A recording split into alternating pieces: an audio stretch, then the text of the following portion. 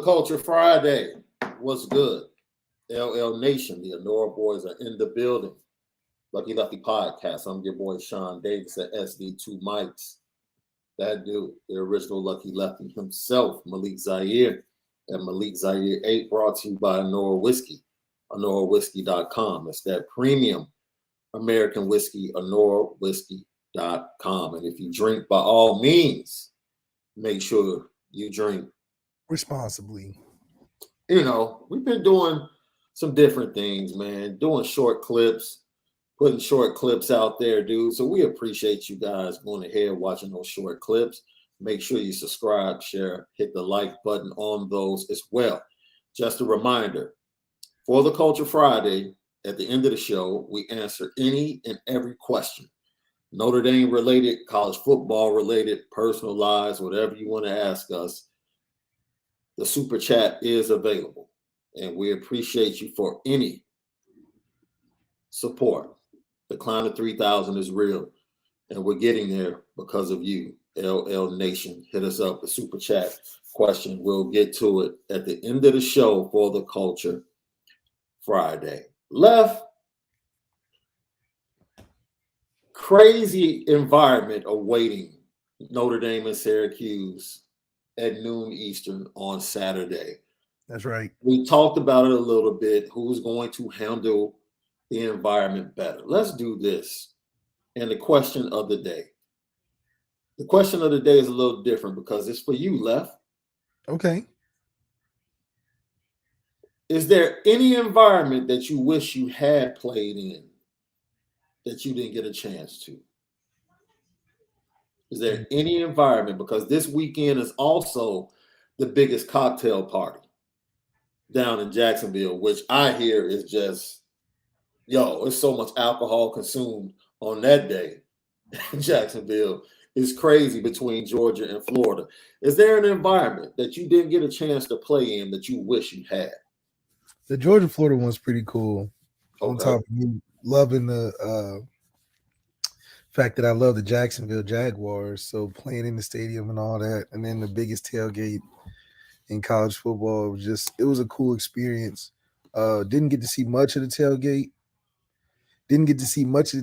Because obviously we was in the stadium and stuff when we was there early, but you can tell that they cleared out enough parking lot to bring enough people to do that. There was a lot of setup going on, and it was all over the place. So that was pretty cool. In terms of a place that I wish I played, the only place that I wish I played because I feel like I've literally played everywhere you can play, is Alabama.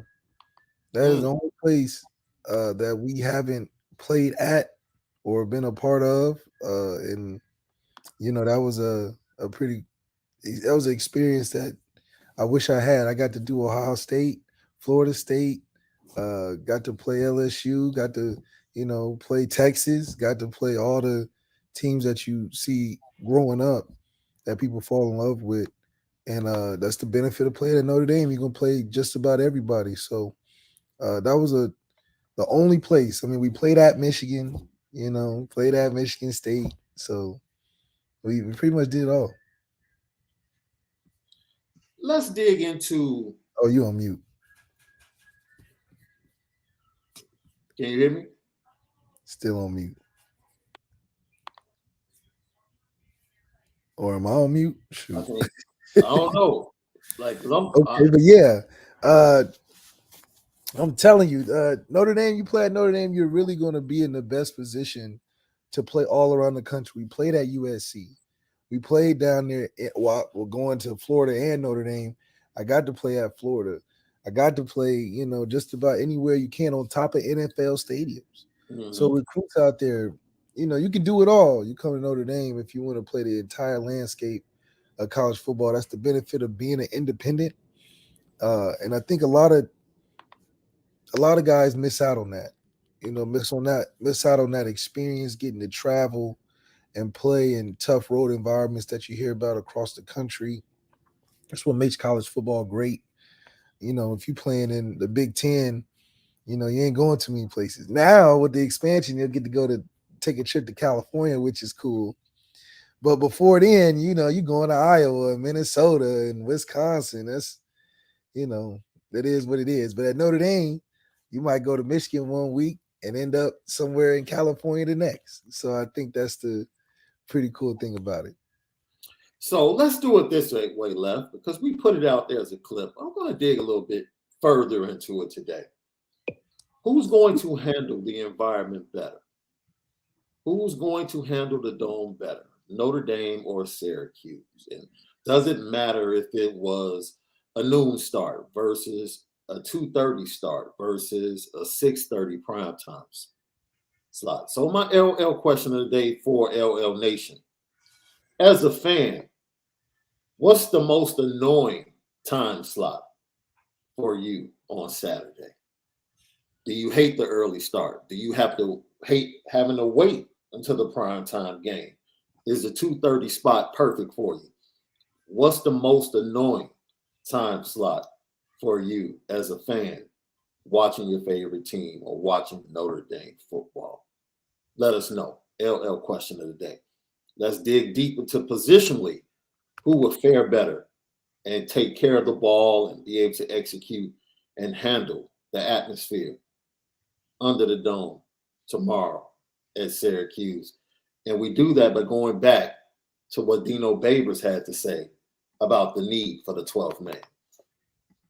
I've been around a while, and I've played them a bunch of times when I was when I was the assistant coach at Purdue, assistant coach at UCLA, assistant coach at Texas A&M, offense coordinator at Texas A&M. I played these guys a lot, along with all the games that we've had here at Syracuse.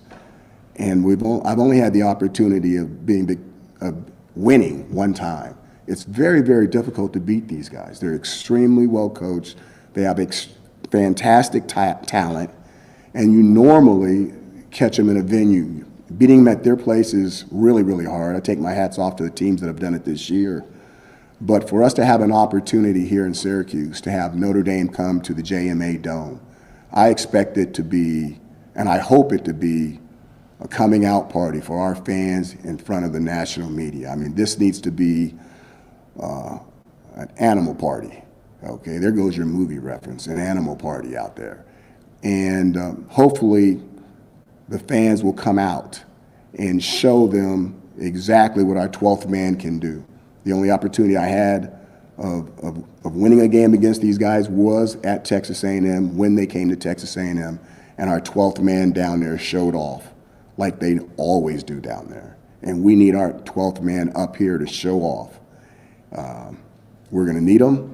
There's no doubt that Clemson fans help them, and we need our fans to help us. Clemson's fans help them. The refs help Clemson. Clemson got a lot of help to be able to sneak away with that victory over Syracuse last week. But we're going to do it like this. Who will fare better under the dome, Drew Pyne or Garrett Schrader? Well, naturally, you would think Garrett Schrader because he's at home. He's comfortable dealing with the momentum and the crowd he's feeding off of, the energy, and just the team that clearly has a giant chip on their shoulder described by the head coach. They're going to be motivated going in there. So their quarterback is likely, on paper, expected to play at a higher level. However, Notre Dame is a neutralizing effect considering we've been just about anywhere in a big game situation to where I don't think the team will feel the momentous effect of the Carrier Dome. However, Drew Pyne, individually, I think has to, I don't want to say play above his means, but damn it, play pretty freaking good. You know what I mean? I need you to play better than what some fans that are pessimistic would expect out of you. So if we think you're going to go in there being nervous, don't go in there being nervous. Go in there, be aggressive, be a threat. Shit. We get a read option, run it. Just pull it one time. Let's see what pull it and slide or something. Be a threat to the defense and don't let them be a threat to you. And I think if he goes in there early with that mindset, taking a shot deep, not taking a nickel and dime right away, I think it will prove beneficial for the offense to get confidence behind him. And it'll just change the momentum of the team in terms of starting fast. And that's what Marcus Freeman, of course, wants to go in and do if he wants to not have that carrier don't play effect late in the game when it matters. Let's go to the running backs, Shaun Tucker. And he's probably not going to be at 100%. You know, people have been arguing, Syracuse people have been upset at one of our clips saying that Shaun Tucker isn't the best player in that team. I'm not about to sit here and argue, go back and forth about that. It's Shaun Tucker, it's Gaston, however you want to play it. It's not the quarterback. So we're not about to sit up here and debate that. But with that being said, one man, not 100%, and the three-headed monster that is Diggs, Estime, and Tyree. Who fares better? I think Chris Tyree could fare better in a game like this. But based off of last week, I think Logan Diggs should be the one to come out on top. I think they're going to feed him early, and he's more like Marshawn Lynch to me. You know, he can get stronger as the game goes on. He'll have some runs where he'll break 3 or 4 tackles on what would look like a busted play and make some positive gain out of that. He may even, run a route like Kyron and out of the backfield and make a play. So I think Logan Diggs is more like Kyron out of the group and could be, where I thought he was going to be last year after I saw him jumping over people, this, that, and the third that he was having that year. So I do think Logan Diggs should start strong. Chris Tyree can have some explosive plays, which we'll need. And then Audric Estime can come in, I'm telling you, that 4-minute mark to close the game out and make it hard for Syracuse to get back on the field. We talk about environment. We cannot forget, we talked about this earlier in the week with this matchup. Syracuse, 131st nation, averaging 10 penalties per game for 73 yards. In an environment like this, especially early on, those penalties and that lack of discipline could be on display, and it could help out Notre Dame. And Notre Dame, of course, we talked about Drew Pyne trying to recover and build upon what he did last week. Not overly impressive, 14-28 for 205, 2 touchdowns and 1 costly interception. Logan Diggs, 28 for 130. That's at 4.8 a clip. So let's go to the offensive lines. An offensive line that's okay for Syracuse. Okay, but once again, false starts, holding, untimely penalties, taking away big plays against Clemson. That seems to be par for the course for them. The offensive line of Notre Dame. This is the spotlight game. This is on the road, silent count against a team that, once again, is undersized in their defensive front.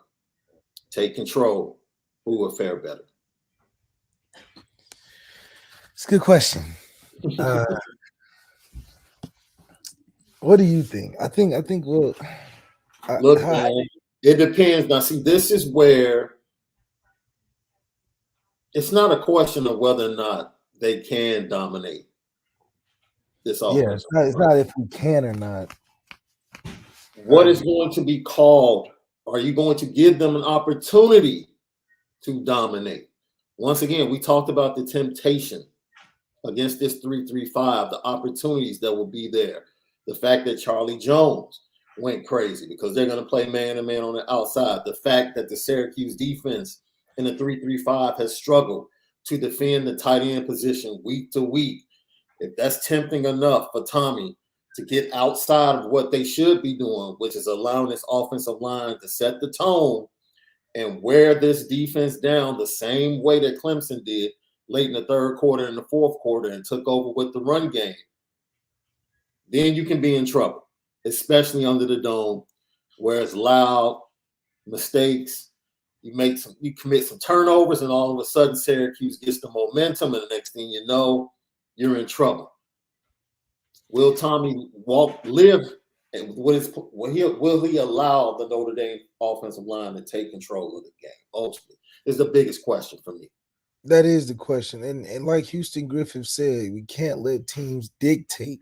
Mm, If we let them dictate, of course the momentous crowd and the quarterback and the run, all the stuff that we talked about is going to play a huge factor in the game. We have to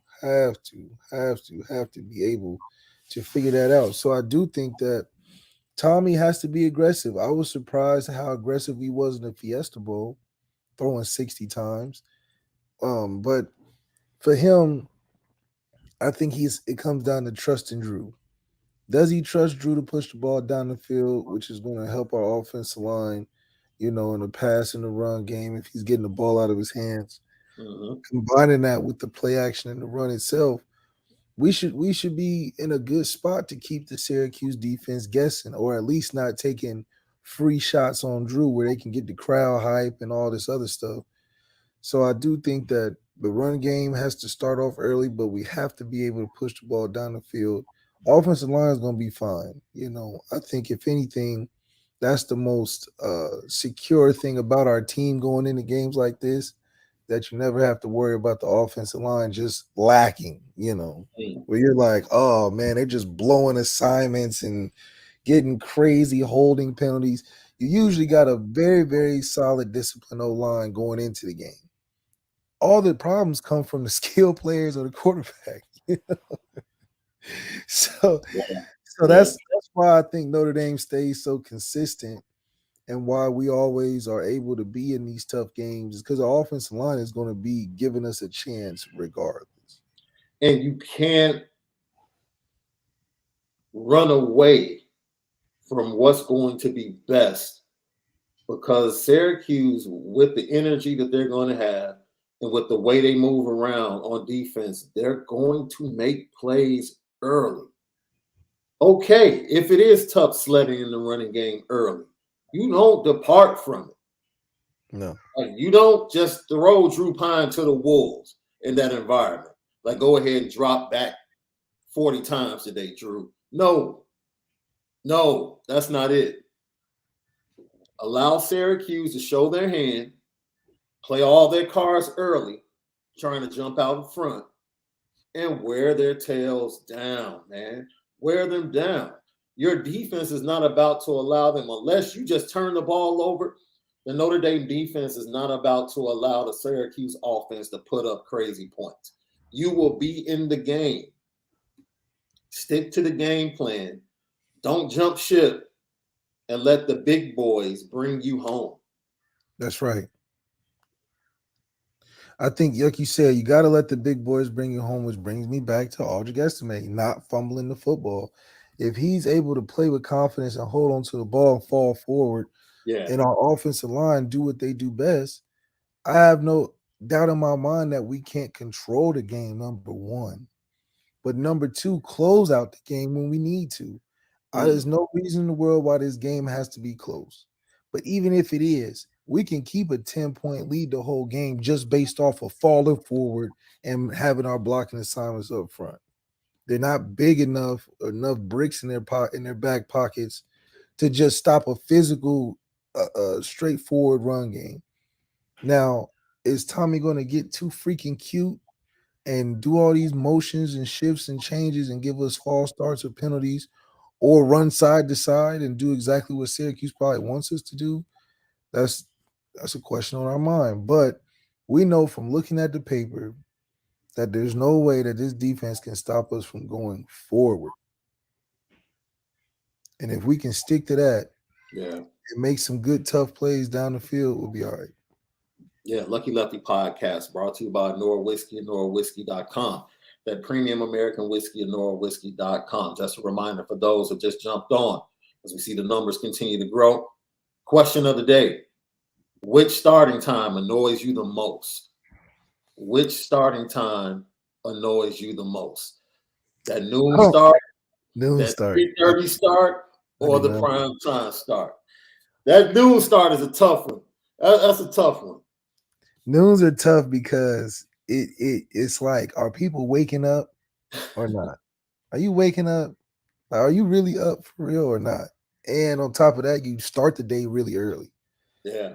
So you don't even get the whole let me get into my day, get my mind right. It's like you up at like 7:30. It's like what the you shaking off the sleep. Thank goodness at Notre Dame we slept in, we had them late night primetime games. But Yeah. when you in a conference and you in that schedule, TV schedule, and you a middle of the road team, you playing at noon.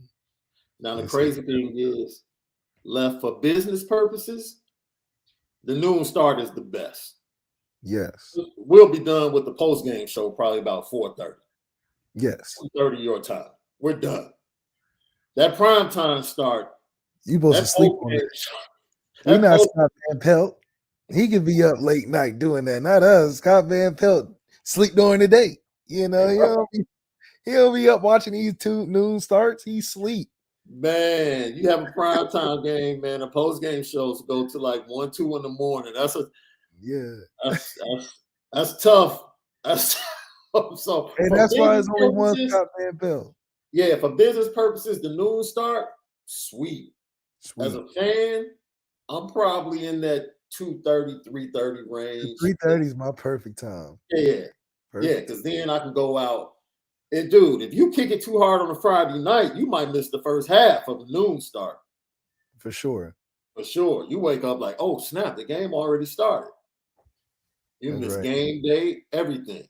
Lucky Lefty podcast. Who fares better? Now, this is, they have a big-time receiver in Gaston. I don't even know if I guess I have to add Michael Mayer to the pass catchers. You say Notre Dame needs to have a wide receiver step up 400 yards. I split the difference and said, yo, let's just give me 2 wide receivers for 50 yards and I'm cool. I don't even want to think about the century mark. It's terrible because there's no reason why we're going into this game with a position group that's lesser than their position group. It's Notre Dame. And their position group really only has one big-time player. That's what I'm saying. So even their one-time big-time player is better than all the guys in our room? Like, it's Notre Dame. How did we not get a Gaston? How? Or we do, we just not use them. And that's a shame. We are not a threat as a passing team. And I think that should be a concern. Just on recruiting too. Like, I'm going into recruiting saying, look, you see what we look like throwing a football. Come make us better, man. Rico Flores and that's probably what got him. So. You know what? Since we're including, I'll say this. And this is where health comes into play in this matchup. The secondary for Syracuse has been their strength. 13 points per game. I think they're like top 20 pass defense in the nation. But they might be down 2 defensive backs and a safety. So health is a concern. But even going into that, their one weakness in coverage is our one strength in the passing game. And that's the tight end position. On top of that, I think our defensive backfield, which is Brandon Joseph, is back healthy. Jaden Mickey is playing. So now we'll have the full complement of our secondary that was the strength of the Notre Dame defense for most part of the season. They're back to 100% health. Yeah. I think the Notre Dame defense has more to deal with Gaston than Syracuse might have to deal with from a health standpoint to be able to deal with Michael Mayer. And that's, you probably want to have the dominant wide receiver over the tight end any day going into a game. Yeah. But we'll see how it plays out. We'll see how it plays out. I know I've listened to a couple of Syracuse podcasts, And it's funny because they look at the numbers and they feel like Notre Dame doesn't have any star power in the secondary, and Syracuse should be able to make some things happen in the passing game. And I just kind of chuckled to myself, like, okay. Yeah, I think that's the wrong approach to take if I was Syracuse. Only because I feel the best about the secondary. I'm like, challenge them young guys. Go ahead. Throw it Jay Mickey way or Ben Morrison way or Brandon Joseph way. I know. Or Tariq Bracy way. I think they're excited for that challenge. I hope they put that on their bulletin board because I think it will be a good test getting ready for Bo Collins and the receivers over at Clemson, getting ready for USC and the receivers with Caleb Williams. So it's just, if they're thinking they can do that to us, just imagine what the other teams thinking they can do that to us. But it's a good chance. I mean, a good game to put on tape that we're stopping all of that. You know, we might have to go back in that film room and look at something else to attack because we got 2 picks away games against teams that think they can try a secondary. Yeah. It's going to be very interesting. Let's flip to the defensive side of the ball. Who do you think fares better in this environment? The Syracuse defense or the Notre Dame defense? I think the Notre Dame defense, just because we're more talented than Syracuse defense. So I think we present a tougher on-field challenge than what Syracuse does. I don't think our offense is worried about Syracuse defense. I think Syracuse offense is worried about our defense. Our offense isn't worried about Syracuse defense. We're just hoping we just can take the chains off. There's a difference.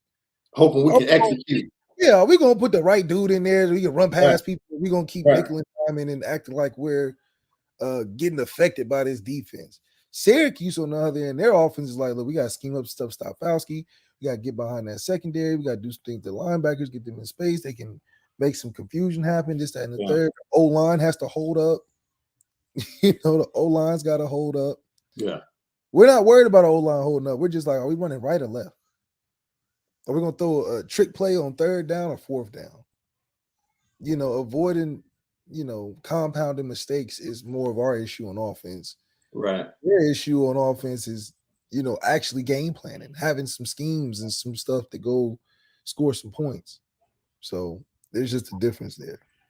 Look, it goes back to what Marcus Freeman said in his press conference on Tuesday when he said, look, the frustrating thing is I know if we play our type of game, we can beat anybody in America.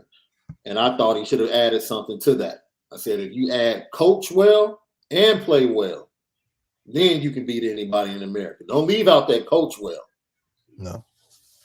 Don't leave out that coach well. Yeah, you can coach average and put your players in bad positions that won't allow them to play well.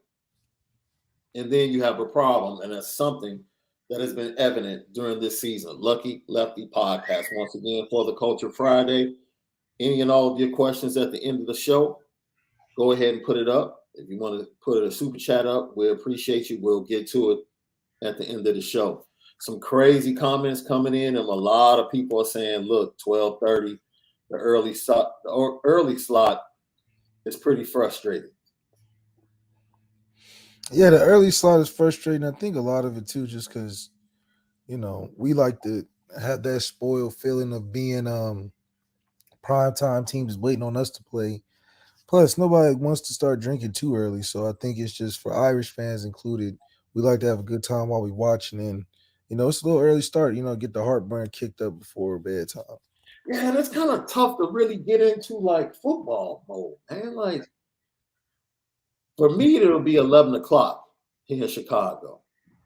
I'll probably be sitting down eating an omelet, man.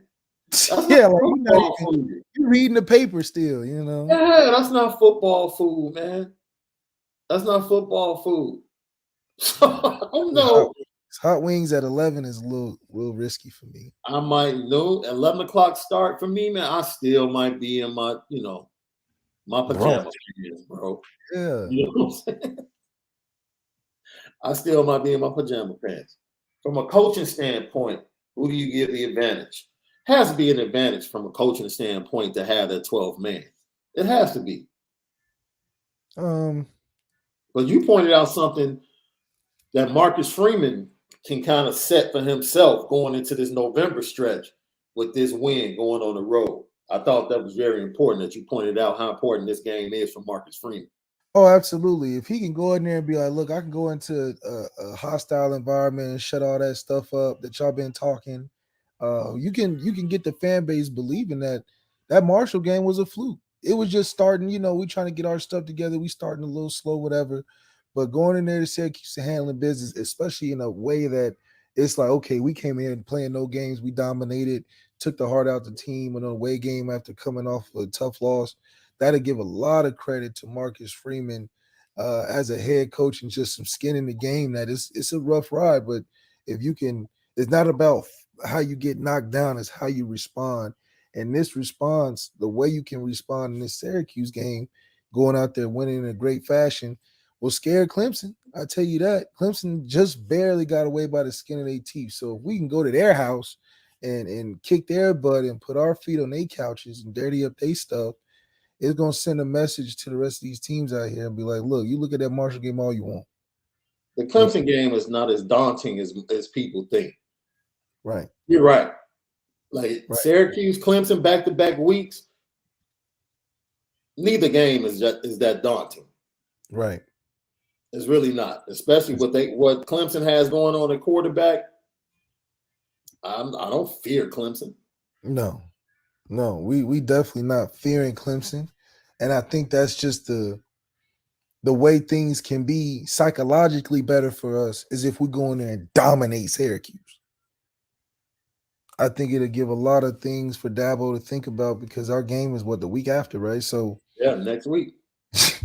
So it would be good to have momentum and confidence playing on the road, winning a game against a ranked opponent who made it close against a team that everybody's anticipating us to lose against the next week. Yeah. We go in there and handle business. We psychologically get an advantage over Clemson coming to our house. And I think for us, and especially Drew Pyne, he needs to go out there and dominate to feel good about what he can do and his abilities with the team that he's got, because he's got to play even better than this week, next week. Thanks. Let's build upon that. And that's let's build upon it. Yeah. That's a perfect segue into what we're talking about next. Drew Pyne, the Notre Dame offense. What do they need to do? Do they need to hit the rewind button and get back to what they did in Chapel Hill? Or do they need to hit fast forward and play even better than they did against North Carolina? Lucky Lefty podcast. We'll talk about that coming up next.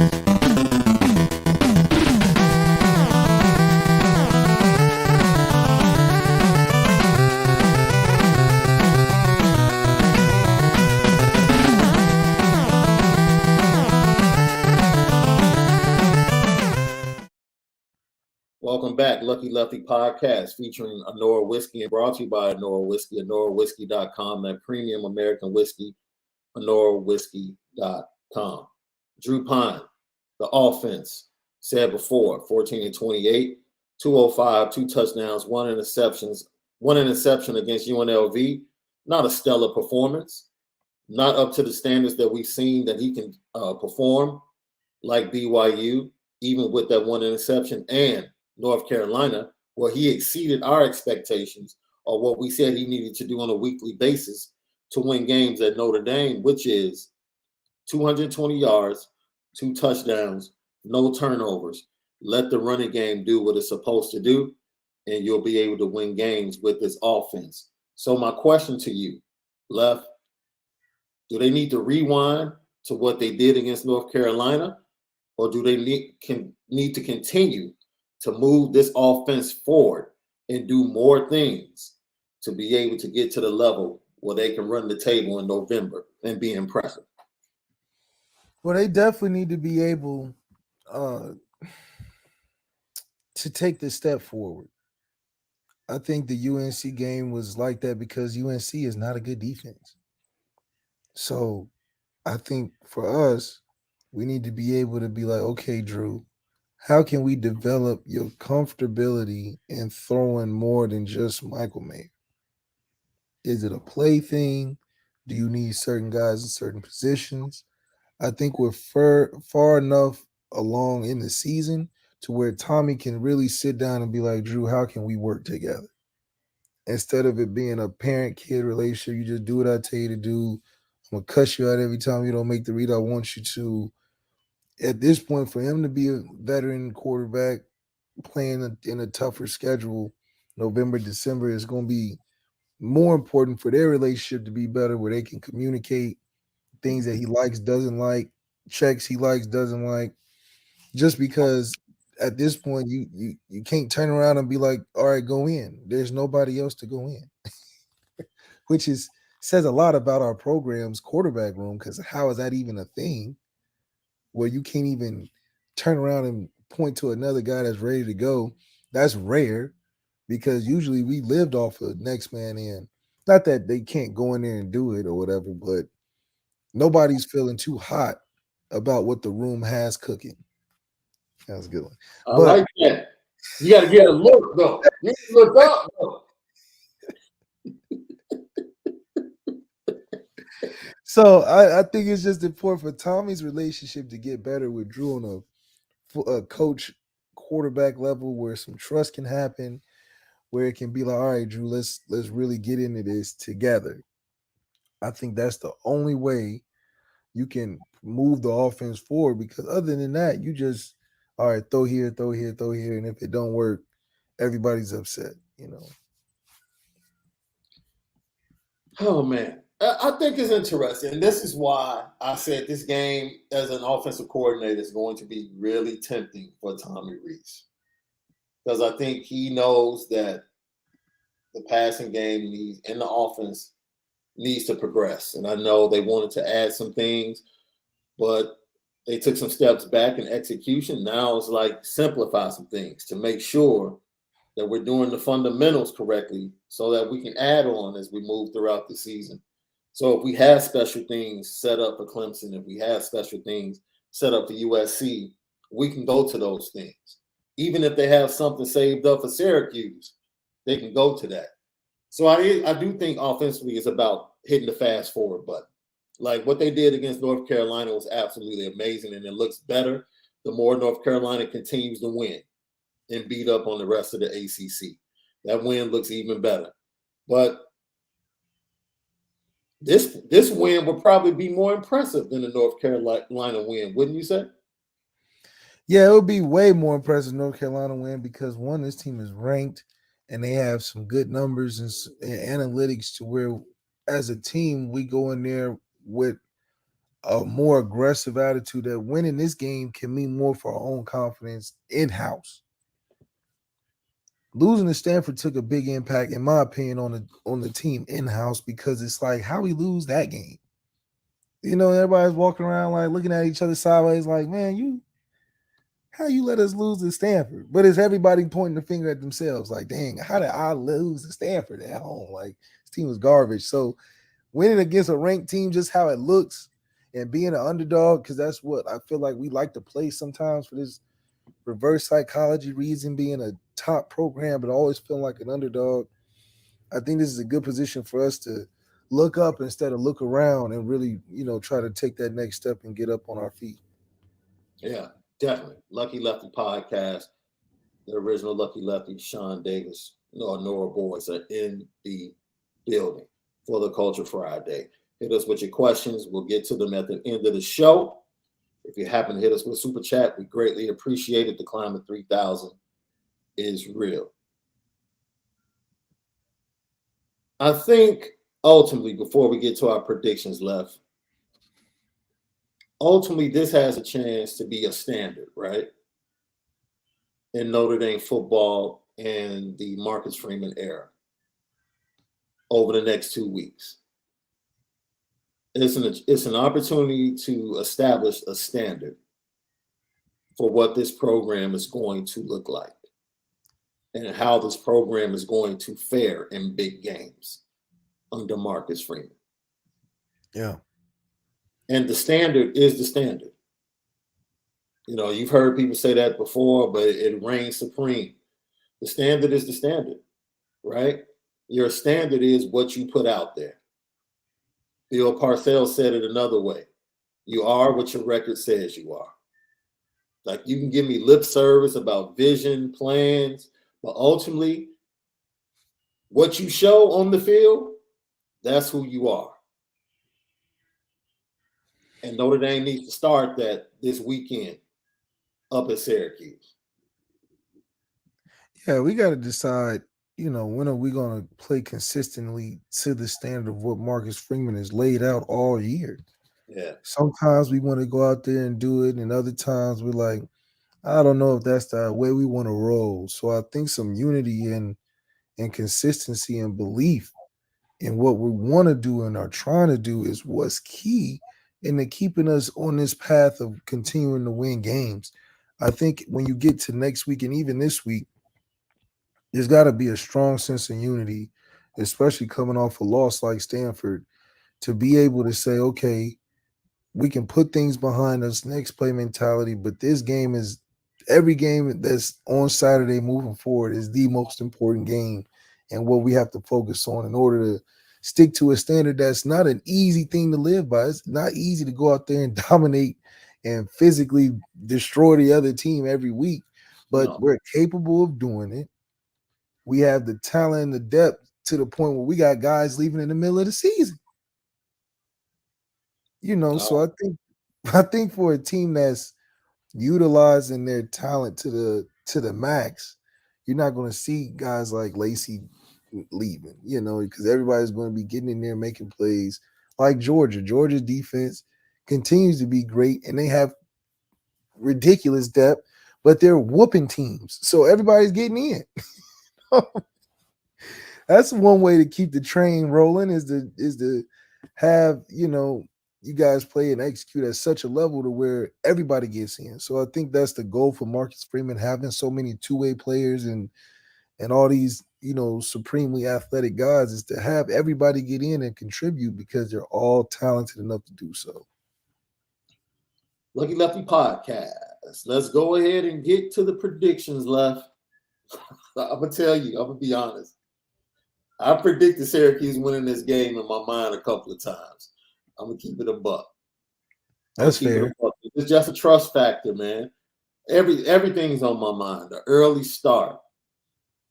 The first time, like, going to North Carolina is one thing, but like going to Syracuse and how loud it's going to be, like Drew Pyne in that environment. Can I trust Tommy not to go away from the run game and to allow the offense and the offensive line to dictate to Syracuse? Like, man, all of this has to come together for me to feel like, okay, Notre Dame's going to win this game, because I know Notre Dame has the better talent. Yeah, we got the better team. I know that. Better team. I know that. And this isn't particularly a bad matchup for Notre Dame. Bad matchup, but we don't have the better quarterback either. Yes, that's true. And quarterbacks win college football games. and see this in the coaching staff. I just talked about Tom. Yes. I trust Al Golden. I trust Al Golden too. I trust Al Golden. Marcus Freeman is getting better in game as a head coach. I need him to take field goals a little bit more. Stop gambling so much on fourth down, especially in games like this. Yeah, you're not the Chargers. You're not the. I don't want to hear no analytics either. Absolutely, because if he took the field goals, it didn't matter. If he took the field goals against Stanford, they probably come away with a 1-point win. That's hindsight. Yeah, hindsight. Hey, man, the offensive coordinator from Syracuse, even though Dino Babers said he talked to him, he's been a little shady this year too. So if he wants to go ahead and let Garrett Schrader throw the ball 40 times against our secondary, I welcome it. Please, by all means. I like that. That's a good matchup for me. By all means, because you're not Drake May. You're not Drake May. You're not Drake May. So by all means, throw the rock. Go ahead. Let our defensive line come after you. Yeah, let Foskey have a day. Hopefully you're not dropping him into no damn coverage, but yeah, let Foskey go in there and get them 3 sacks. I agree. What's your prediction, Love? 28-24. Got us winning. Aldrich estimate close the door on them. So you taking the over, because the over for this bad fella is like 47.5, the total. I'm taking So you're going 28-24. Tommy gonna have some stuff in the can. I think Tommy knows he needs to score. And so he's gonna have some scoring plays. Now, whether we hit him or not, I'm banking on them 10 minutes after practice. Oh, Bank on them 10 minutes after practice, man. Left, this is, man, I'm on the spot. Bank on them 10 minutes after practice. 28-24, man. We go in there and do the damn thing. I'm telling you. So you got Notre Dame 28-24. No field goals. Damn it. We scoring points. We punching it in the red zone.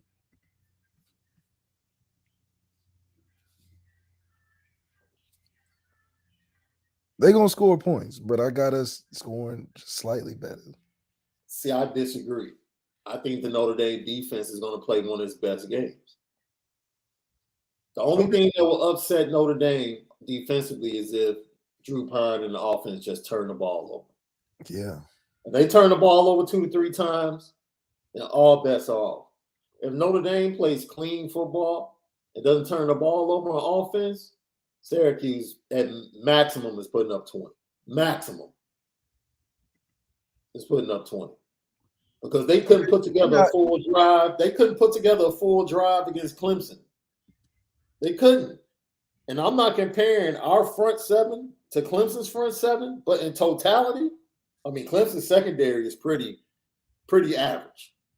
So our secondary is better than Clemson's, and Clemson has better linebackers. I'm not even going to front. You go Simpson and Trotter, there's no question Clemson has better linebackers. Yeah. But our defense is good enough to keep them at 20 points.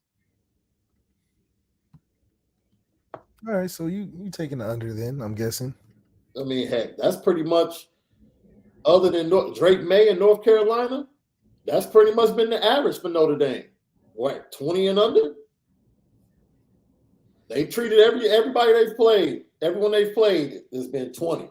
Like, okay, we'll give you 20. But I gave him the 4 because they at home, and he been dog whistling all week for Superman and the fans and Jesus to come support them. So they might get an extra field goal in there. Maybe start off hot, get a drive, get down, kick a field goal. 3-0. Cats in the stand. Now you know because he asked, but he used the Animal House reference. There's going to be plenty of Syracuse fans in there with togas on. Yeah, you already know. I wanted to go up. Absolutely. Be a distraction. He wants a distraction to come. We need all the help we can get. That dude really, I think that dude wants to coach at Notre Dame one day. It sounded like he was. Yeah, because he has an affinity for Notre Dame. I'm thinking about this, love. I'm going to go 23-20 Notre Dame. Oh! Late rookie wins it late. Ooh! I'm not. If it comes down to special teams, I don't think we're going to win. Because it'd be special teams has been the best unit on the team all year. I'm saying I don't think Drew is going to put us in that special teams position. No, we're going to get a turnover. Oh, okay. They're going to turn the ball over and put us right in the field goal range. That's how it's going to go down. There you go. That's how it's going to go down. We don't need Drew. Turnover, field goal range. Yeah. 2 runs up. No, 3 runs up. Yeah, 3 runs, 1 right, 1 left, 1 middle. We good. Yeah. Field goal. That's it. Let's go home. Let's get up out of here. I'll take that one. Notre Dame gets the win. Lucky Lefty podcast, man. Let's get to some of these comments. Question of the day. Noon, 3:30, 6:30. Which time annoys you the most as a college football fan? All right, we'll see. Our guy says that Clemson environment fascinated me. They had Dabo and a police escort on a golf cart and the team following on the bus. So, dude, that is the most. All right. Stop. It's 2022. Build your locker room on the other side, man. Like, you've been doing that for far too long. The Clemson program has made enough money to upgrade the facilities. Move the locker room somewhere else where you can just come out and run down and touch Howard's Rock and all of that stuff. The Rock and all of that tradition, I love. But the bus ride and, like, following the bus ride is like, Dramatic. okay. Yeah, all right. Okay.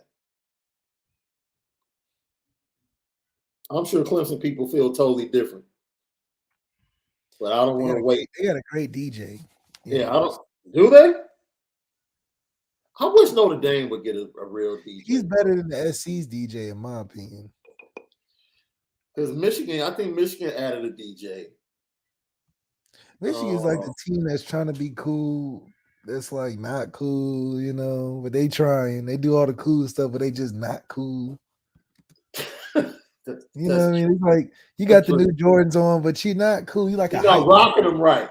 You're not you a hype beast. You just you get them because they drop, but you can't rock them right, man. Can't rock them right. You don't like know okay, you got all the fly stuff, okay, but you just not rocking it right at all. Like you got Jordan brand, like you got all the swag, Jordan brand, big old stadium, you know, y'all trying to swag it, but like I don't know, it's just not hitting for me. Like if Alabama did all the stuff y'all did, went Jordan and all that, I'd be like, ooh, Alabama, sweet, yeah. Ooh. But Michigan doing it is like, man, you're trying too hard, man. Just you know. Shout out, look, the Bears have the best DJ in the NFL. Oh, really? Yeah, my boy Jay Illa. He's the best DJ in the NFL. I can do Bears games. They crack. They crack. Oh, it's like a club. Yeah, they crack. They crack. So, yeah. I think at this point, hopefully Notre Dame can step it up, man. The whole, turn out the lights of the fourth quarter. Hopefully it catches on. They allow it to evolve into something that becomes somewhat intimidating to teams. I don't know where it stands now. What's intimidating when you got Jesus right there, man? Touchdown Jesus used to be intimidating, though. It used to mean the score was 7-0 as soon as you walked in the building. Like that was the order. That's my first time hearing it. I went to Notre. That's crazy. Dude, people used to say it all the time. That's how lost the tradition is. Fans from other teams used to say it all the time. When you walk into Notre Dame Stadium, the scoreboard is 7-0. Jesus, they scored 7 already. They blame the stadium. They blame touchdown Jesus. They blame the referees. They blamed a lot of things, but they would just tell you, look, home field advantage there, you're down 7 already.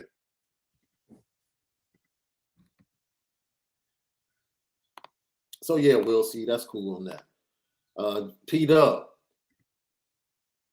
Question we put forth. Should they rewind, fast forward? She said, man, P-Dub said, go back to the UNC performance. I'm cool with that. UNC was terrible on defense. Let's forget that game. That's a game. That's like a trap game because it make you think that we better than what we are. He gave up. Jay Henry said 24-20 Notre Dame. That wouldn't be bad. Ooh, Bobby L. You know what? Talking about the Clemson entrance. Saying it's overhyped, saying for the VT entrance. The VT entrance is kind of dope, though, because at least they're taking their normal entrance into the stadium, right? They just happen to go crazy with Sandman. So I don't think that's overhyped. Yeah, it's their entrance. It's what they do. It's their walk. At least they're walking to the stadium, bro. They're getting on the bus. Now, did South Carolina used to do the Sandman, or am I tripping? No, there were other teams that did Sandman before Virginia Tech. I think it just kind of hit during the Michael Vick era and the Beamer era, and it just kind of like picked up steam. And Because it's Mike Vick, baby. Yeah. You know how that go? Just like Wisconsin doing the jump around, which is funny to me. Like we used to do jump around in high school. Oh, for real? In high school, they would put jump around on in basketball games, and we had the stands, and we would jump up on the stands. I mean, see, I thought that was Indiana basketball that did that. The Hoosiers. I'm not aware. Don't they do like a? Oh no, traditions. I'm not aware. This is my conspiracy question of the day. Do all fight songs sound the same? Pretty much. Like I promise you, bro, when you play NCAA, you constantly have those fight songs playing. Them fight songs be sounding the same, like the same notes. Same key, same, yes. Yeah. Yes. Like the Notre Dame fight song sounds like the SC fight song a little bit. That sounds like Ohio State's fight song. It sounds like I'm gonna keep it all the way funky, bro. I'm gonna keep it all the way funky. First of all, I'm a USC sandwich. So I have no clue how I ended up a Notre Dame fan. Yeah. So my pop's favorite squad is USC, right? Because he grew up when they had the running backs, and USC was really one of the first programs with black players that were like big time stars, when he was like a teenager and stuff. So that became his squad, right? And then ultimately, my grandfather was the one that introduced me to Notre Dame. That's right. And I became a Notre Dame fan, and my father was like, yeah, all right, cool. You can be a Notre Dame fan. I'm not going to hate on you. But then, of course, now my daughter, she goes to USC. I'm going to keep it all the way funky, bro. That USC Spice song is kind of funky, bro. No, it is. It's fire for sure. It is kind of funky, especially the build up after the touchdown. Yeah, it's yeah. But I be feeling like every team got that.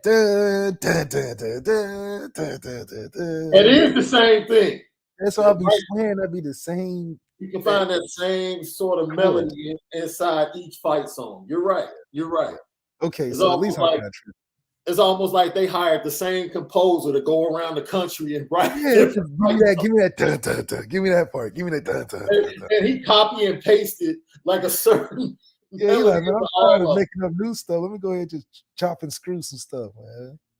The only teams that have original sound be the HBCUs. Like we're playing Compton tonight. Compton's band is great.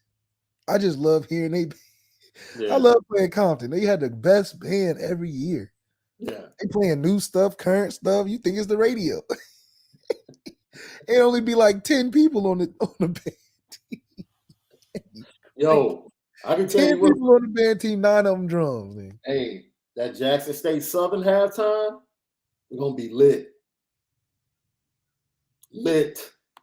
this weekend. You can guarantee that. The game might not be as great as some Power 5 games, but the halftime is definitely going to be far more entertaining. There's no question about that. You know what time it is.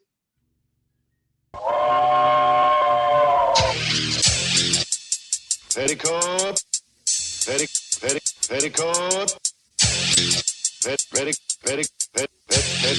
Petticoat Junction. It's time to get petty. Oh, we did a good job executing. Are you upset with something? And fire up the Petticoat Junction train. I just don't like you. You don't? No. What is today's petty historic? Petty Junction.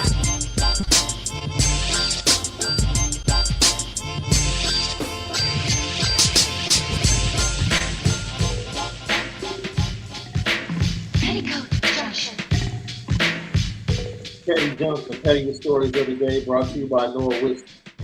OnoraWhiskey.com, that premium American whiskey, OnoraWhiskey.com.